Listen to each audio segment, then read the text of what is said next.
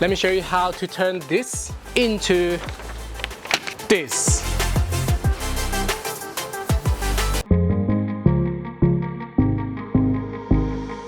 So this particular design is what I used it for Australian latte art competition 2 years ago. So this is a combination of different elements of rosetta, tulip, a little bit of jacking skills, what you will use on swans. So I believe all of you guys were familiar with how to pour a swan, rosetta, or tulip, but same as me, a few years ago I was struggling how to start my first free pour latte art. So now, today I'm gonna break it down step by step so we can get familiar with it and we can get into it. So now it's time to get into the next level of latte art. So now, let's take a closer look of my design and I'll break it down step by step to how to assemble different elements into a complete sea turtle. So from here, we've got a step 1 to pour a tulip design. So that's 1, 2, 3. We're starting to do a rosetta on the top. And number 4, we do another rosetta next to it. And now the hardest part is coming up, which is a long dragging skills.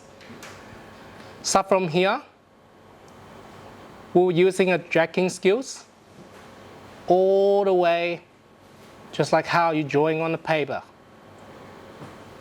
And that's our number 5, which is the most challenging skills appealing in these patterns.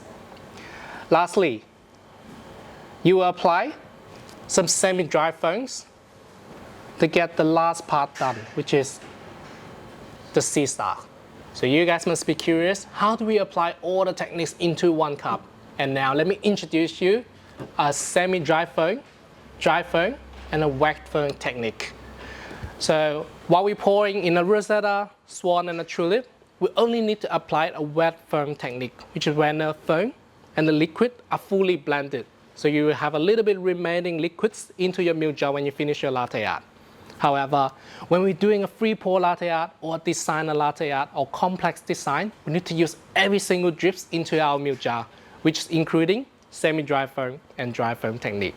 So now, take a back of a closer look of my design when we're doing a step 6 and step 7, which applies a lot of the skills of a semi-dry foam and dry foam techniques. So now, let me show you again how to do this sea turtle pattern. Let's start from the milk steaming. While we're doing a competition, we're always steaming 2 at a time. There's time limit in there and also steaming in a bigger milk jar. Just give me a bigger time. Just give me a longer time to stretch the milk, get a silkier texture. And during competition, we always need to pour exact the same of 2 cups of coffee. So the judge can tell your design is accurate, achieved it or not.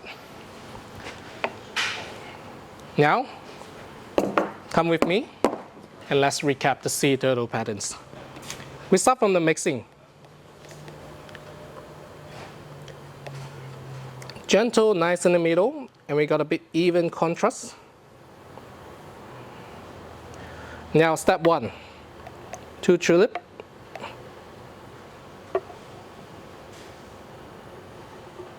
Step 3 and 4. Now the hardest part is coming. A very long dragging skills.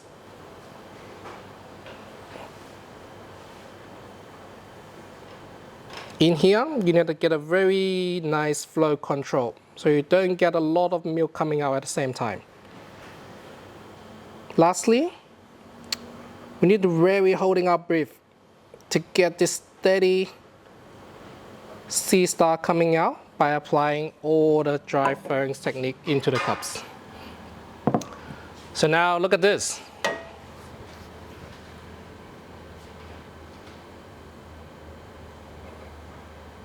Thank you so much for having fun with me to pouring my signature design, the sea turtle. I hope you guys enjoy it and have fun while you're pouring at home.